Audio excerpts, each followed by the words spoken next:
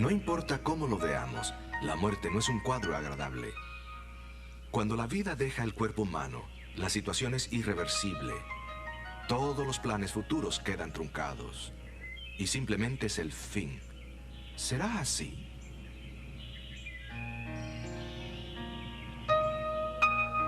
En lo que nos concierne, pareciera que la gente prefiere pensar que nosotros realmente no morimos.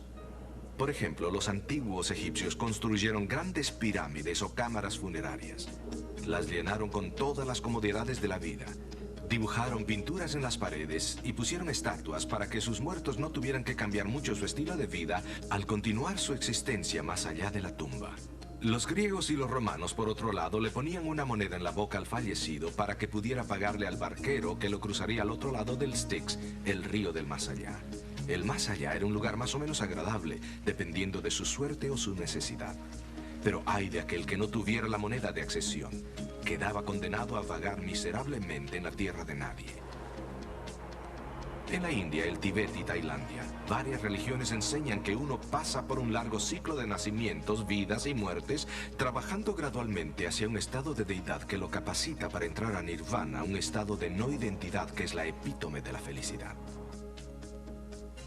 En otras partes de Asia, creen que cuando uno muere, los hijos deben responsabilizarse por su bienestar. Mantienen incienso quemando continuamente en una taza de arroz cocido en el altar familiar en la casa del hijo mayor. Los musulmanes describen lindos jardines en los que los fieles disfrutan de vino, mujeres y cantos en eterna gloria. Muchos cristianos también hablan de un alma inmortal, que recibe inmediatamente las consecuencias de sus acciones en esta vida. Dicen que cuando uno muere tiene ya reservado su lugar en el cielo o en el infierno. Algunos pueden añadir un tiempo de purificación en el purgatorio antes de entrar en el paraíso. Supongamos que las religiones estén en lo correcto.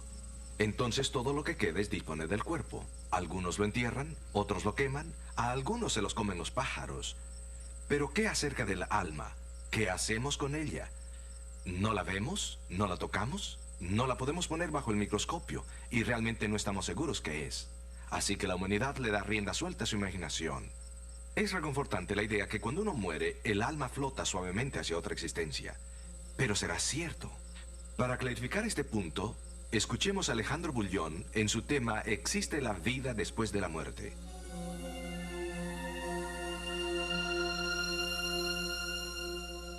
Hola amigos.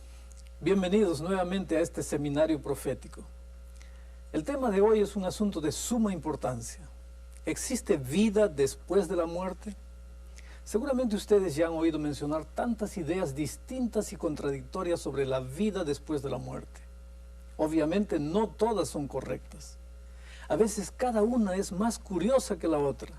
Todo el mundo quiere saber a dónde va cuando muere. Y esta sin duda es una inquietud razonable, ¿no les parece?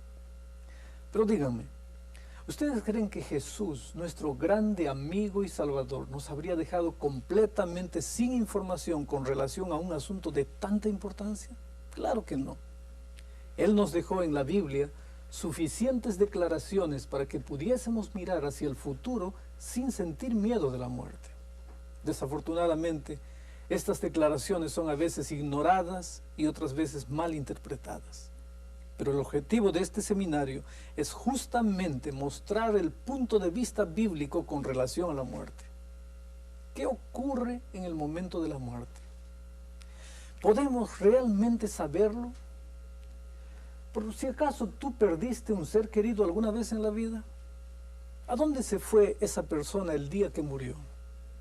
¿Puedes saber en este momento lo que tú estás sintiendo? Bueno, entremos en el asunto. En los últimos 3 programas le hemos dado un vistazo al juicio en cada una de sus 3 fases. Recuerden que la primera fase lleva por nombre el juicio investigador. Esta es la parte que se realiza antes que Jesús vuelva y tiene que ver con los justos. Esta fase del juicio comenzó en 1844. A esta fase le sigue la etapa del juicio de los malos durante los 1000 años o durante el milenio, como le querramos llamar. La última es la fase que trata con la ejecución del juicio al final de los 1000 años.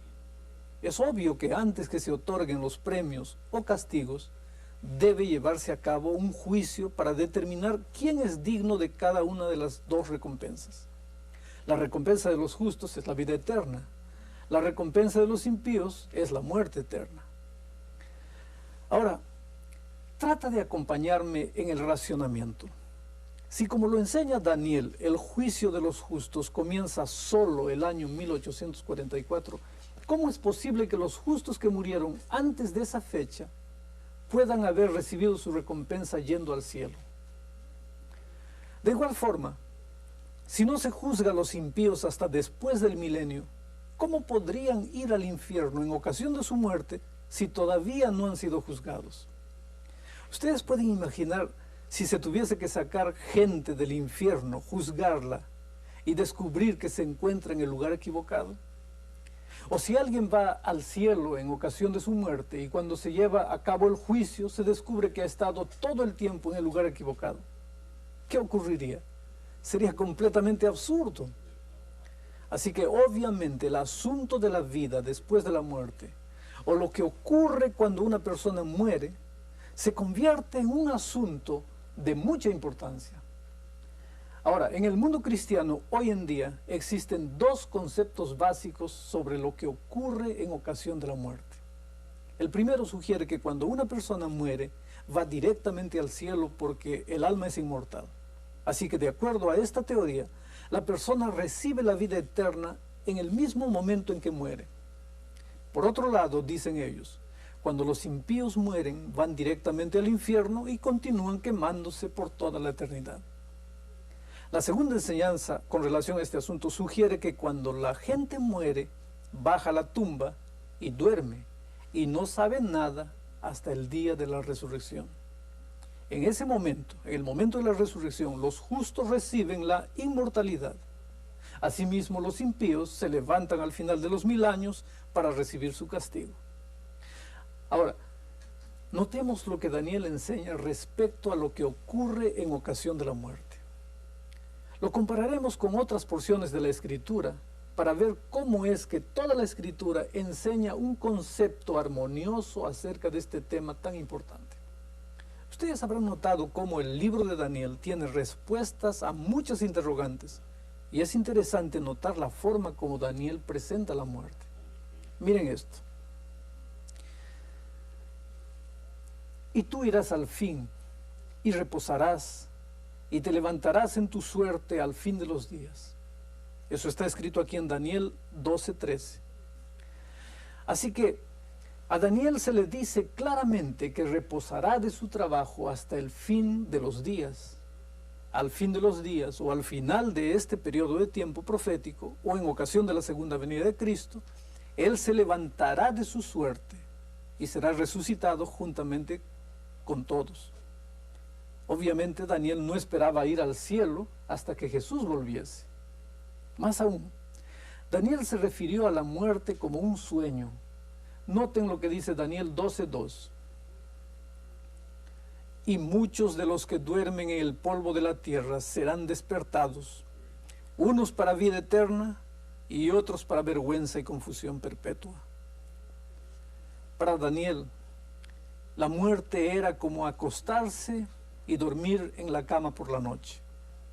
De la misma forma como una persona se va a la cama a dormir por la noche y se levanta la mañana siguiente, así cuando una persona muere queda durmiendo hasta la mañana de la resurrección. Algunos se levantarán para vida eterna, otros para vergüenza y confusión perpetua.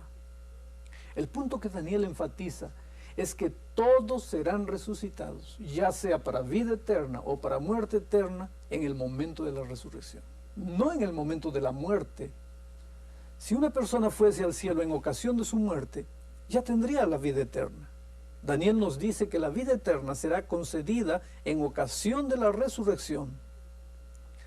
Al leer la Biblia, es interesante notar cómo la esperanza de los profetas bíblicos siempre estuvo en la resurrección, no en la muerte. Noten cómo es que Pablo expresa esta gran verdad en 1 Corintios 15, 13 al 17. Porque si no hay resurrección de los muertos, Cristo tampoco resucitó. Y si Cristo no resucitó, vana es también nuestra fe. Y aún somos hallados falsos testigos de Dios, porque hemos testificado de Dios que Él haya levantado a Cristo, al cual no levantó, si en verdad los muertos no resucitan. Porque si los muertos no resucitan, tampoco Cristo resucitó. Y si Cristo no resucitó, vuestra fe es vana, aún estáis en vuestros pecados. Y noten ahora el versículo 18. Entonces también los que durmieron en Cristo son perdidos. La declaración de Pablo es muy clara.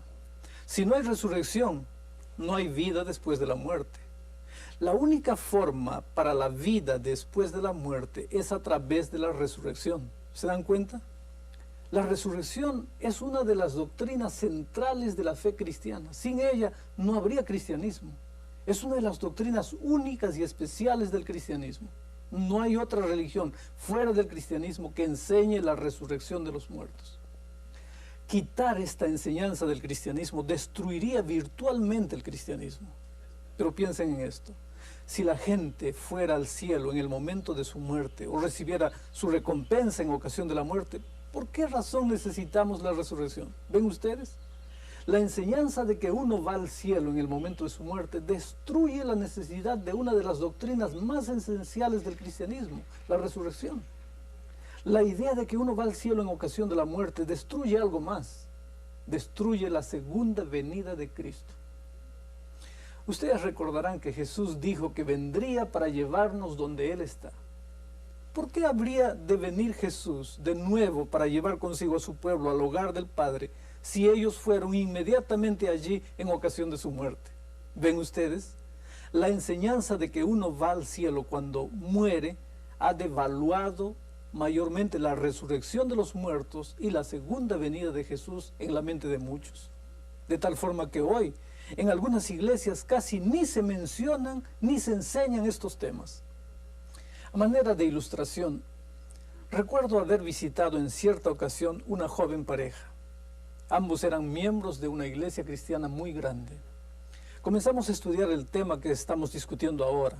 ¿Qué ocurre por ocasión de la muerte? Casi puedo ver a ese joven esposo, a medida que esta verdad realmente empezó a esclarecerse por primera vez, dijo: si como me han enseñado a creer hasta ahora vamos al cielo cuando morimos, ¿qué propósito tendría la resurrección o la segunda venida de Jesús? Ya estaríamos en el cielo. Por supuesto que esta doctrina errónea ha minado grandemente la predicación y la enseñanza sobre la segunda venida y la resurrección. Es vital aprender lo que ocurre cuando morimos, porque una falsa enseñanza puede minar los elementos esenciales del cristianismo. Así que, se pueden ustedes dar cuenta que esta no es una discusión superflua, sino que implica el corazón mismo del cristianismo. Noten este versículo familiar para muchos. No se turbe vuestro corazón. Creéis en Dios, creed también en mí. En la casa de mi Padre muchas moradas hay. De otra manera os lo hubiera dicho. Voy pues a preparar lugar para vosotros. Y si me fuere y os aparejare el lugar, vendré otra vez y os tomaré a mí mismo, para que donde yo estoy, vosotros también estéis. Jesús declara aquí simple y claramente que la razón por la cual Él viene por segunda vez es para llevar a su pueblo a la casa de su Padre. Ahora, ¿por qué habría de venir Jesús para llevar a su pueblo a la casa de su Padre si ellos fueron allá inmediatamente en el momento de su muerte? Algunos dirán: bueno, el problema es que el cuerpo va a la tierra para convertirse en polvo, pero el alma es inmortal. Así que la resurrección es necesaria para unir el cuerpo otra vez con el alma. Bueno, este es un asunto interesante. Entonces, vamos a indagar esta manera de pensar y descubrir si realmente el hombre tiene un alma inmortal. El término alma inmortal era un término muy importante en el mundo antiguo. Si ustedes escudriñan las escrituras paganas egipcias, descubrirán referencias frecuentes a la inmortalidad del alma. Se puede decir lo mismo de los griegos y romanos paganos antiguos. Ahora, la única literatura del mundo antiguo que fue escrita en la misma época de los escritores egipcios, griegos, romanos, es la Biblia. Y la Biblia nunca usa la terminología o el concepto de la inmortalidad del alma. La razón por la cual la Biblia no usa el término alma inmortal es simplemente porque se trata de una expresión espuria que no fue usada en los tiempos bíblicos. Es más, la expresión el alma inmortal se usaba extensamente en la literatura pagana.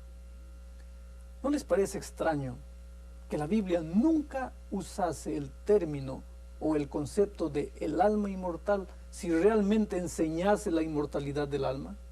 A mí me parece muy extraño. Permítanme leer la única referencia al adjetivo inmortal que se encuentra en toda la Biblia. Miren.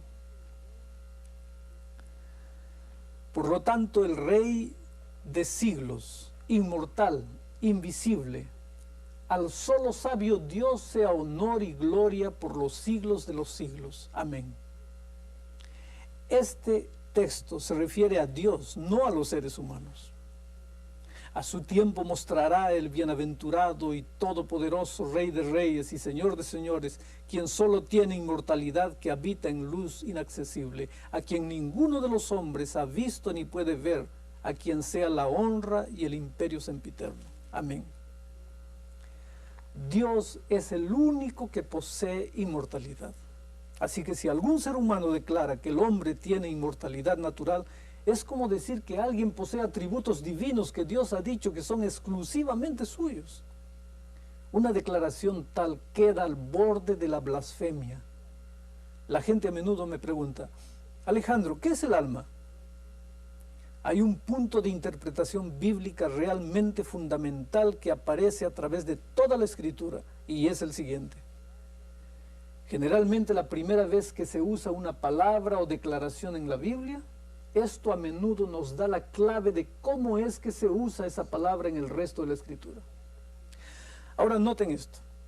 Aplicado a la palabra alma, aquí está. La primera vez que ella se menciona en la Biblia es la siguiente. Formó pues Jehová Dios al hombre del polvo de la tierra, y alentó en su nariz soplo de vida, y fue el hombre en alma viviente. Aquí tenemos una simple declaración. Cuando Dios creó al hombre, Él unió al cuerpo, o sea, el polvo de la tierra con el soplo de vida, el espíritu. Cuando estos dos elementos se unieron, el hombre llegó a ser un alma viviente. Noten lo siguiente: cuerpo más espíritu, alma. Polvo más soplo, alma. Ustedes notan, mis amigos, que el cuerpo es parte del alma, no es algo separado del alma, sino parte de ella. El alma no es parte del cuerpo. El alma es todo el ser de la persona, no es una entidad separada, apenas encerrada en el cuerpo. Así que cuando una persona muere, no puede tener un alma separada del cuerpo. Algunos hacen la siguiente pregunta: cuando uno muere, el alma tiene que ir a alguna parte. Permítanme ilustrarlo de la siguiente manera. Yo tengo aquí una caja. Una caja es el producto de tablas y clavos. Si yo quiero construir una caja, agarro el martillo, los clavos uniendo todas las tablas. Y así la caja resulta de la combinación de la madera y los clavos. Ahora, si ya no necesito más la caja, simplemente saco las tablas a un lado, los clavos a otro lado, y la caja desaparece. La pregunta es la siguiente: ¿a dónde se fue la caja? Bueno, como ustedes pueden ver, no se ha ido a ninguna parte. Simplemente ha dejado de existir como caja. Si yo quiero nuevamente la caja, tengo que unir nuevamente los clavos y las tablas. Eso es justamente lo que ocurre con el alma. El alma es un compuesto del cuerpo y el soplo de vida. Cuando una persona muere, el cuerpo vuelve al polvo y el espíritu o soplo vuelve a Dios que lo dio, y la persona deja de ser un alma viviente, un ser humano, y permanece en ese estado hasta la resurrección, cuando Dios nos resucita del polvo de la tierra y sopla en nuestras narices el soplo de vida nuevamente. La palabra alma se usa en la Biblia de la misma forma como cuando nosotros decimos hay tantas almas en el estadio, cuando nos referimos a la gente que se encuentra allí. Cuando lo hacemos no nos referimos a espíritus desencarnados, sino simplemente a personas vivas. Ese es justamente el significado que la Biblia le da también a la palabra alma. Hay personas que dicen, pero nadie puede matar el alma. Entonces miren, noten lo que Ezequiel dice en Ezequiel capítulo 18, versículo 20. El alma que pecare, esa morirá. Ezequiel capítulo 18, 20. Puesto que todas las almas han pecado, todas deben morir. Por lo tanto, nosotros no podemos tener almas inmortales. La palabra inmortal quiere decir no sujeto a la muerte. Pablo nos dice claramente cuándo recibiremos inmortalidad. Miren, he aquí os digo un misterio. Todos ciertamente no dormiremos, pero todos seremos transformados. En un momento, en un abrir de ojo, a la final trompeta, porque será tocada la trompeta y los muertos serán levantados sin corrupción, y nosotros seremos transformados, porque es menester que esto corruptible sea vestido de incorrupción, y esto mortal sea vestido de inmortalidad. Mis amigos, si la gente naciera con inmortalidad, con un alma inmortal, no necesitaría recibir inmortalidad. Cuando suene la trompeta, no habría necesidad de eso. Ustedes recordarán esta declaración muy conocida de Jesús cuando dijo, porque de tal manera amó Dios al mundo que ha dado a su Hijo unigénito para que todo aquel que en Él cree no se pierda, mas tenga vida eterna. La razón por la cual Jesús vino a esta tierra es para darnos vida eterna. En otras palabras, inmortalidad. Nosotros no la poseemos naturalmente. Si una persona naciera con un alma inmortal, no habría necesidad que Jesús tuviese que venir a morir en la cruz. Esa es una de las razones por las cuales el diablo ha traído esta enseñanza del paganismo al cristianismo. Si la persona va directamente al cielo cuando muere, entonces no hay necesidad de resurrección, no hay necesidad de la segunda venida, y no existe ninguna razón para que Jesús haya venido a morir a la cruz. Los pilares de la fe cristiana quedan completamente erosionados. Con la enseñanza de la inmortalidad del alma, no tiene más sentido. Ahora, alguien podría decir, ¿qué ocurre con la persona entre el momento de su muerte y la resurrección? Noten lo que Jesús nos dice. Dicho esto, díceles después, Lázaro, nuestro amigo, duerme, mas voy a despertarle del sueño. Recuerden ustedes que poco antes se le dijo a Daniel que descansaría hasta la resurrección. Pablo dice que nosotros dormiremos hasta la resurrección. Ahora Jesús dijo que mientras Lázaro estaba muerto, estaba durmiendo. Ustedes saben que 66 veces en 17 libros distintos de la Biblia se refiere a la muerte como un sueño. En algún momento tal vez ustedes quieran buscar la palabra sueño en una concordancia y se sorprenderán al ver cuántas veces la Biblia se refiere a aquellos que murieron como que están dormidos. Veamos juntos estos claros y sencillos versículos. No confiéis en los príncipes ni en hijo de hombre, porque no hay en él salud. Saldrá su espíritu, tornará hacia la tierra, y en aquel día perecerán sus pensamientos. ¿Ustedes se dan cuenta? Sería imposible imaginar que una persona estuviese en el cielo sin pensamientos ni planes. El sabio Salomón lo dijo de esta otra manera, miren, porque los que viven saben que han de morir, pero los muertos nada saben ni tienen más paga, porque su memoria es puesta en olvido. Siempre he considerado este versículo muy simple y claro. Los muertos no saben absolutamente nada. Por si acaso no hemos notado la intención del versículo, noten lo que dice el versículo siguiente. También su amor y su odio y su envidia fenecieron ya, ni tienen más parte en el siglo, en todo lo que se hace debajo del sol. Todo pensamiento conocido o emoción se ha extinguido, porque los muertos están durmiendo hasta la mañana gloriosa de la resurrección. Un versículo que es citado a veces por aquellos que sienten que en el momento de la muerte nos vamos al cielo, es el que habla del ladrón en la cruz. Este es un versículo que citan, miren aquí. Entonces Jesús le dijo, de cierto te digo que hoy estarás conmigo en el paraíso. Amigos queridos, a simple vista pareciera como si Jesús le hubiese dicho al ladrón que él estaría con Jesús en el cielo ese mismo día. Pero Jesús mismo no fue al cielo ese mismo día. Cuando Jesús se encontró con María en la mañana de la resurrección, ustedes recordarán que Jesús le dijo a María, no me toques, porque todavía no he ascendido a mi Padre. Está claro que el mismo Jesús no fue al paraíso ese mismo día. Entonces, o Jesús le dijo algo que no era verdad, o nosotros no hemos entendido correctamente lo que Jesús le dijo al ladrón. Todo el problema se resuelve cuando entendemos que en el texto original no había comas o división de versículos o capítulos ni pronombres adicionales. La división de la escritura en versículos y capítulos nos ha sido de gran ayuda, pero la puntuación o pronombres que agregaron los traductores no siempre ha sido la correcta. Nótese el cambio en el significado si quitamos el pronombre relativo que añadido por los hombres. Vean. Entonces Jesús le dijo, de cierto te digo que hoy estarás conmigo en el paraíso. Esa es la traducción con el pronombre. Ahora miren sin el pronombre. Entonces Jesús le dijo, de cierto te digo, hoy estarás conmigo en el paraíso.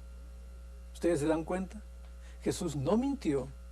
No le prometió el paraíso al ladrón ese mismo día, sino más bien que él estaría entre los justos resucitados cuando Jesús viniese otra vez. Entonces tú puedes ver que este versículo armoniza tranquilamente con los otros versículos de la Biblia. Al estudiar las Escrituras, debemos tener mucho cuidado de no malinterpretar uno o dos pasajes difíciles de entender, colocándolos en oposición directa a cientos de versículos de la Biblia que dicen que cuando morimos todos dormimos en un estado de inconsciencia hasta la resurrección, cuando finalmente todos despertaremos para ir con Jesús. Pablo, al escribir a los tesalonicenses, enseñó claramente que vivos y muertos resucitados iremos todos juntos al cielo. Miren lo que dice. Porque el mismo Señor con aclamación, con voz de arcángel y con trompeta de Dios descenderá del cielo, y los muertos en Cristo resucitarán primero. Luego nosotros, los que vivimos, los que quedamos, juntamente con ellos seremos arrebatados en las nubes a recibir al Señor en el aire, y así estaremos siempre con el Señor. Ustedes noten que juntamente con ellos seremos arrebatados. Eso incluye a los justos vivos y a los justos muertos que acaban de resucitar. Este es el punto central de este pasaje. Juntos somos llevados al cielo. Esto contradice directamente la idea de que vamos al cielo uno por uno en el momento en que morimos. Noten el próximo versículo que dice que esto es un gran consuelo para nosotros. Esto fue lo que confortó a la iglesia primitiva y lo que nos conforta a nosotros también hoy día. Los que entienden correctamente la muerte no le tienen miedo a nada, porque tienen la esperanza de la resurrección. La vida después de la muerte para el cristiano no es la experiencia de un espíritu en algún lugar tenebroso y vago. Iremos a un lugar real, donde hay gente real. La Biblia dice que vamos a recibir un cuerpo igual al que tenía Jesús cuando resucitó. Al describir su cuerpo, Jesús dijo lo siguiente. Y entre tanto que ellos hablaban estas cosas, Él se puso en medio de ellos y les dijo, paz a vosotros. Entonces ellos, espantados y asombrados, pensaban que veían espíritu. Mas Él les dice, ¿por qué estáis turbados y suben pensamientos a vuestro corazón? Mirad mis manos y mis pies, que yo mismo soy. Palpad y ved que el espíritu ni tiene carne ni huesos, como veis que yo tengo. Y en diciendo esto, les mostró las manos y los pies. Y no creyéndolo aún, ellos de gozo y maravillados, díjoles, ¿tenéis aquí algo de comer? Entonces ellos le presentaron parte de un pez asado y un panal de miel. Amigos queridos, una de las cosas hermosas que yo estoy anhelando es reunirme con mis seres amados que han pasado al descanso.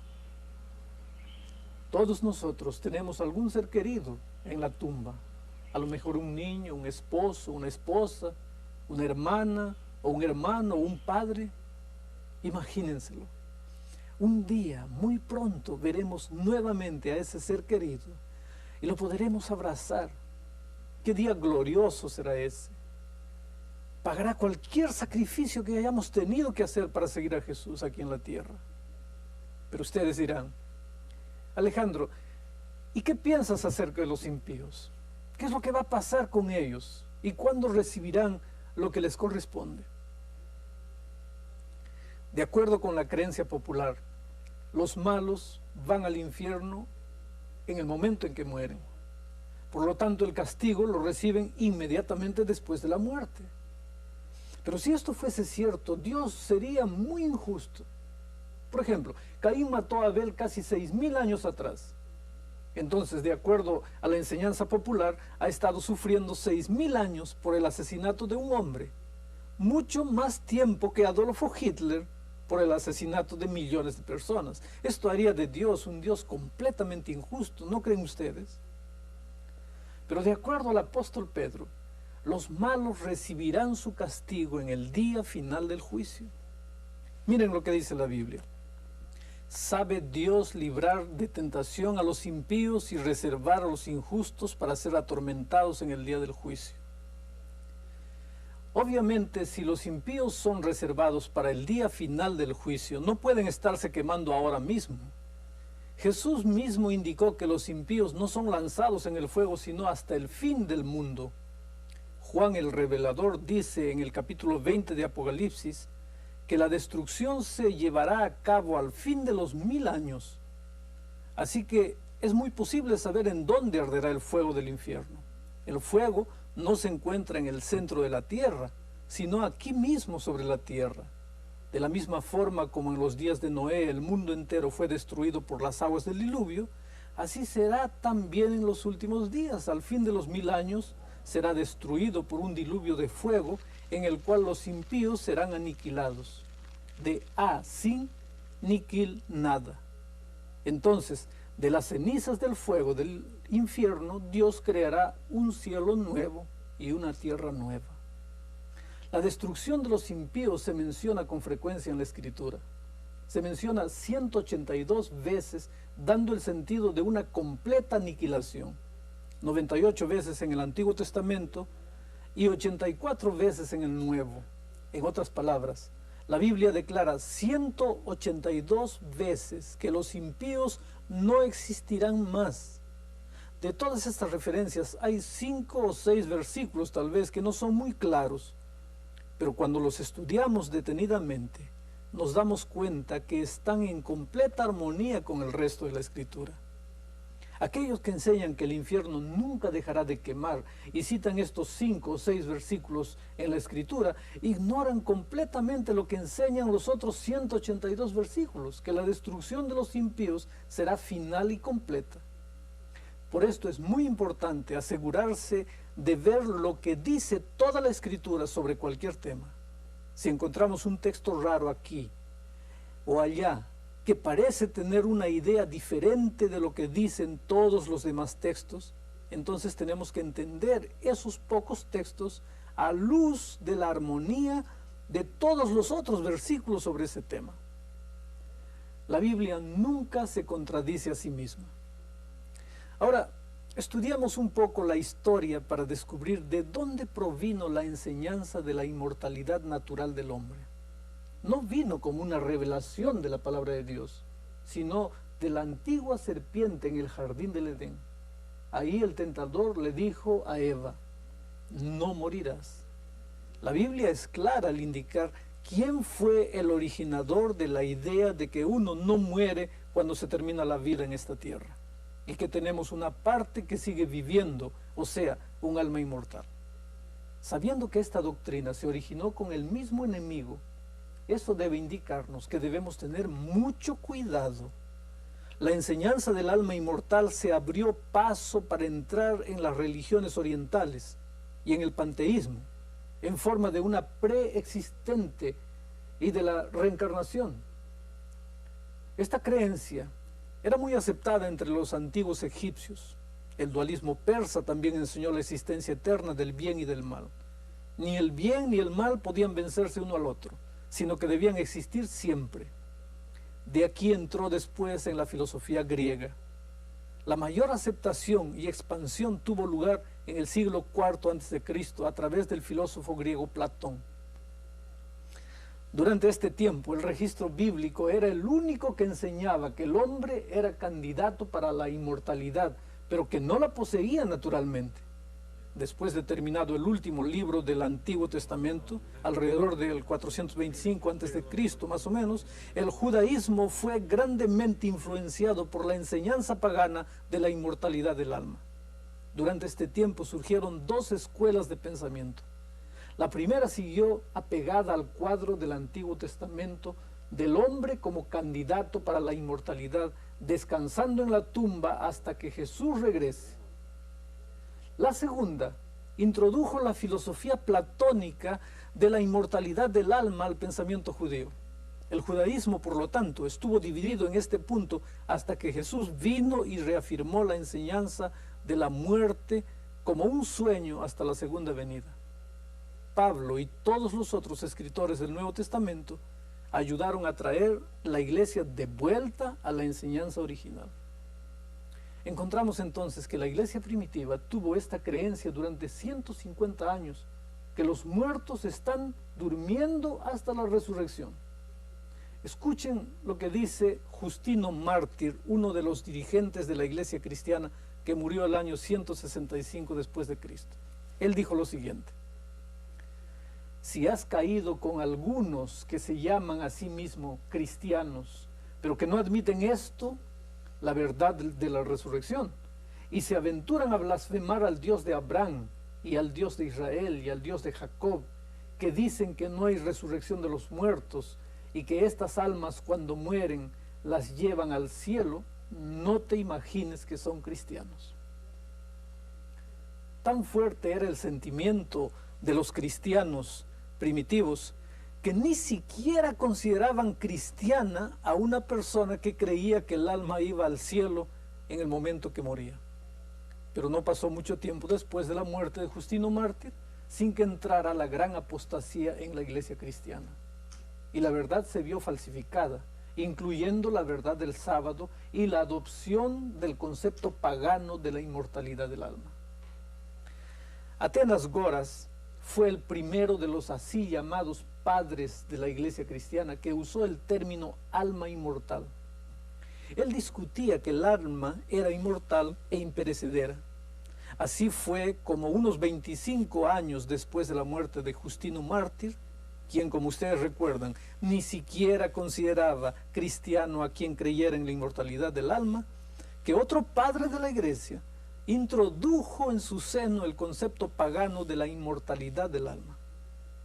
Luego Tertuliano, quien murió en el año 240 después de Cristo, desarrolló un poco más el concepto de la inmortalidad del alma y añadió la enseñanza del tormento eterno.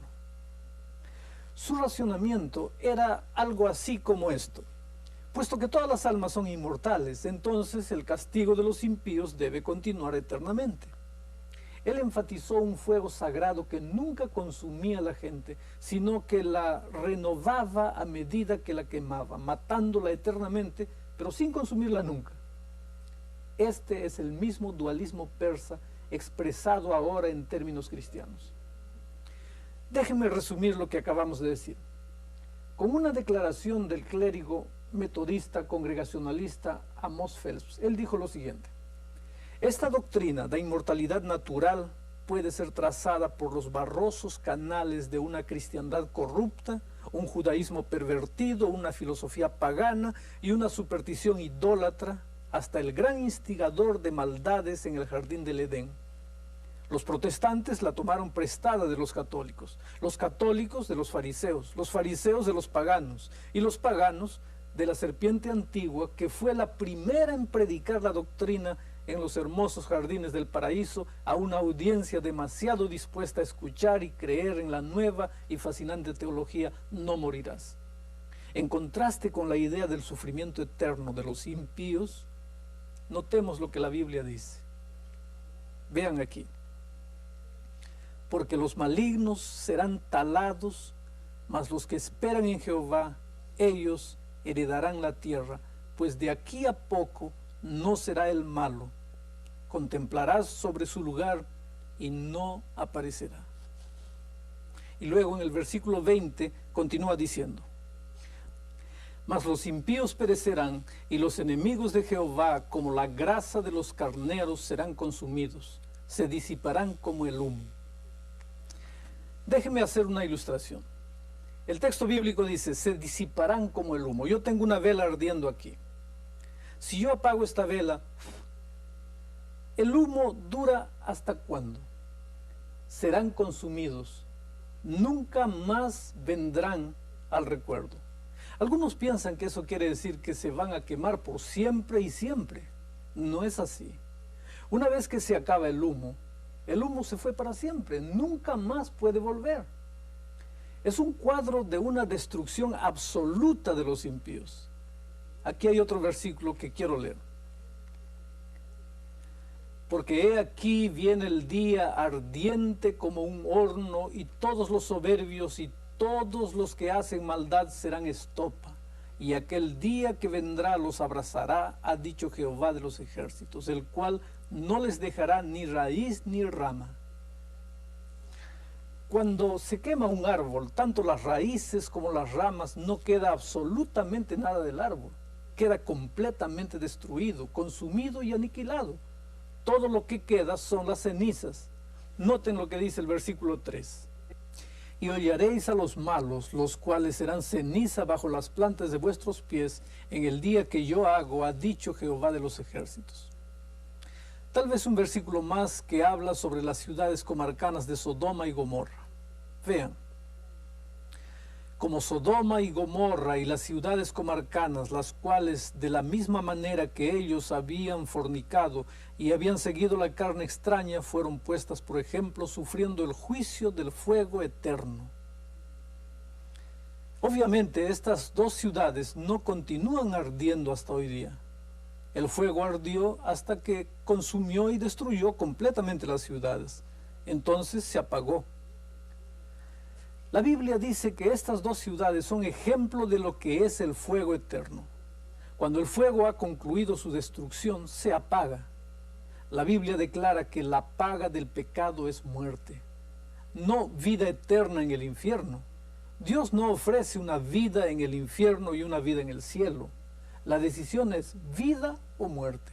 ¿Se dan cuenta? Si una persona continúa quemándose eternamente en el infierno, todavía estaría viva. Ciertamente no sería una vida muy placentera, pero aún sería vida, y esa persona nunca recibiría la paga del pecado, que es la muerte. El infierno no es el castigo por el pecado, la muerte es el castigo. El fuego es simplemente el medio que se usa para conseguir el resultado final, que es la muerte. Pero las buenas nuevas para nosotros hoy día es que podemos evitar la segunda muerte al aceptar a Jesús como nuestro Salvador personal. ¿Ven ustedes? Jesús ganó la victoria sobre la muerte. Él le ha quitado el aguijón a la muerte. Desea que vivamos con Él eternamente.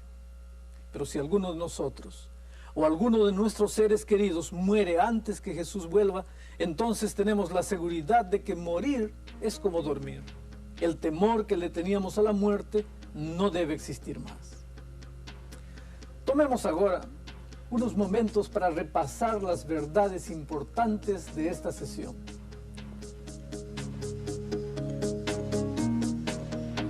La mayoría le teme a la muerte porque luce tan terminante, tan irreversible. Así que la mayoría de la gente prefiere pensar que realmente no morimos. Los antiguos egipcios construyeron sus pirámides y las llenaron con todas las comodidades de la vida para que sus finados no tuvieran que cambiar tanto su estilo de vida. Los griegos y los romanos le ponían una moneda a sus muertos para que pudieran pagarle al barquero que los llevaría al otro lado del Styx, el río del más allá. Las religiones orientales creen que uno pasa por un largo ciclo de nacimientos, vidas y muertes, trabajando gradualmente hacia un estado de tal bondad que califique para nirvana, un estado de no identidad que es la epítome de la felicidad. Los musulmanes enseñan que cuando uno muere va a vivir a unos hermosos jardines en los que los fieles disfrutan del vino, las mujeres y el canto en eterna gloria.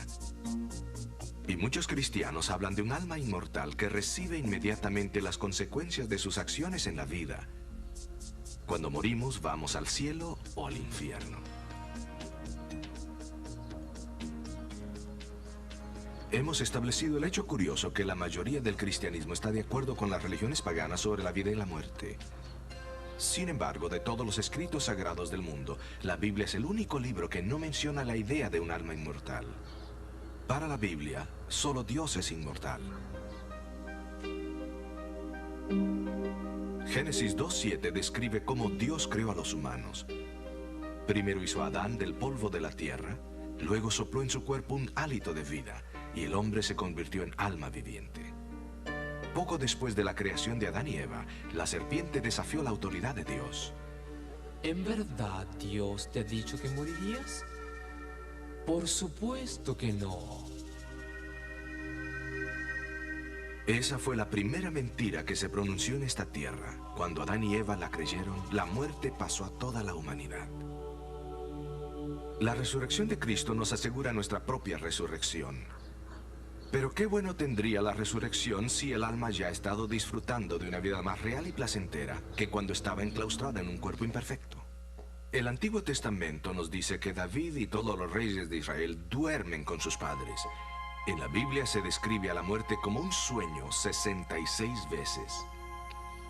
Pablo dice que la resurrección es la única esperanza del cristiano. Los muertos permanecen dormidos hasta la resurrección. No comparten la compañía de los ángeles, ni siquiera el uno del otro. En Juan 14, 1 al 3 dice: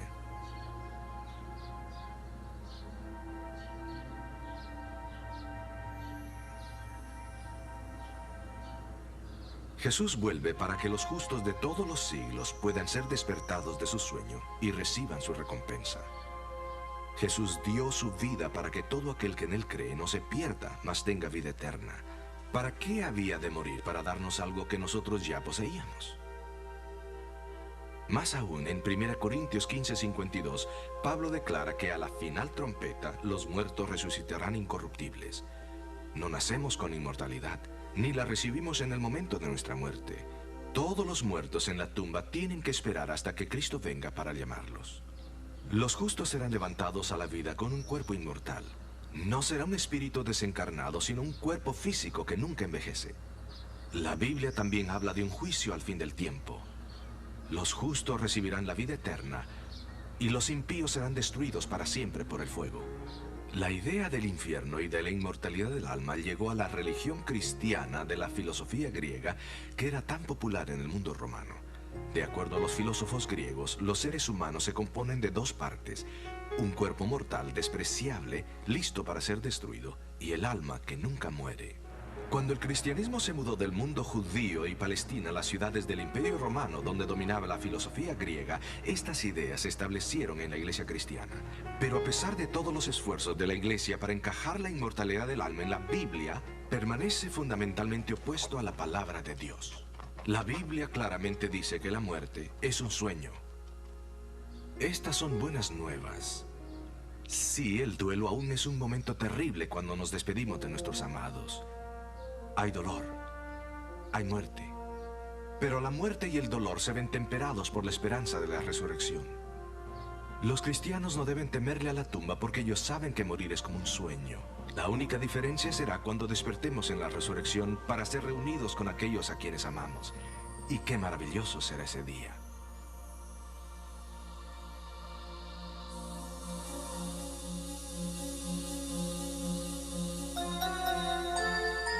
Será verdaderamente una experiencia maravillosa para todas las familias reunirse con sus amados en el momento de la resurrección. Nunca jamás tendrán que separarse de nuevo. pasarán juntos toda la eternidad. Me encanta este maravilloso pasaje en 1 de Juan 5, 11 y 12. Dice lo siguiente: y este es el testimonio que Dios nos ha dado vida eterna, y esta vida está en su Hijo. El que tiene al Hijo, tiene la vida. El que no tiene al Hijo de Dios, no tiene la vida. La vida eterna se la obtiene solamente a través de Jesús. Solamente aquellos que han aceptado a Jesús como su Salvador personal tienen vida eterna.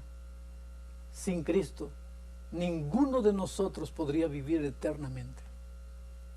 Pero gracias a Dios que hoy, al aceptar a Jesús como nuestro Salvador personal, tenemos la vida eterna como un don gratuito. ¿Te das cuenta?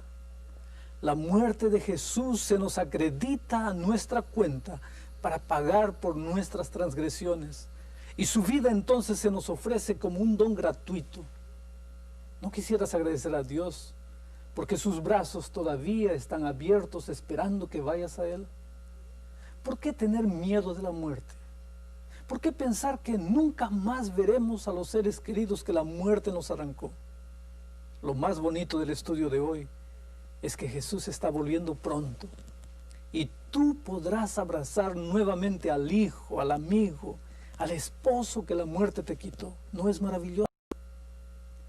Inclinemos ahora el rostro para darle gracias a Dios por esta maravillosa verdad. Querido Padre que estás en los cielos, muchas gracias por la bendita esperanza de la resurrección. Muchas gracias porque podemos mirar al futuro sin miedo de la muerte. Muchas gracias porque tenemos un Dios poderoso, un Jesús maravilloso que se hizo hombre, murió, resucitó y nos prometió la resurrección cuando Él vuelva. Bendice a cada persona que está mirando este programa y enciende en su corazón la bendita esperanza de la resurrección. En nombre de Jesucristo. Amén. Nuestro próximo programa se titula El regreso de Cristo y estaremos viendo los eventos finales tal como se bosqueja en el libro de Daniel. ¿Cómo podemos saber que la venida de Cristo está cerca? ¿Cuáles son las señales que dijo Dios que ocurrirían en la tierra para indicar que este evento grandioso está por ocurrir? Este es el programa muy importante, algo que realmente los va a sorprender. Estoy ansioso para compartir este programa contigo.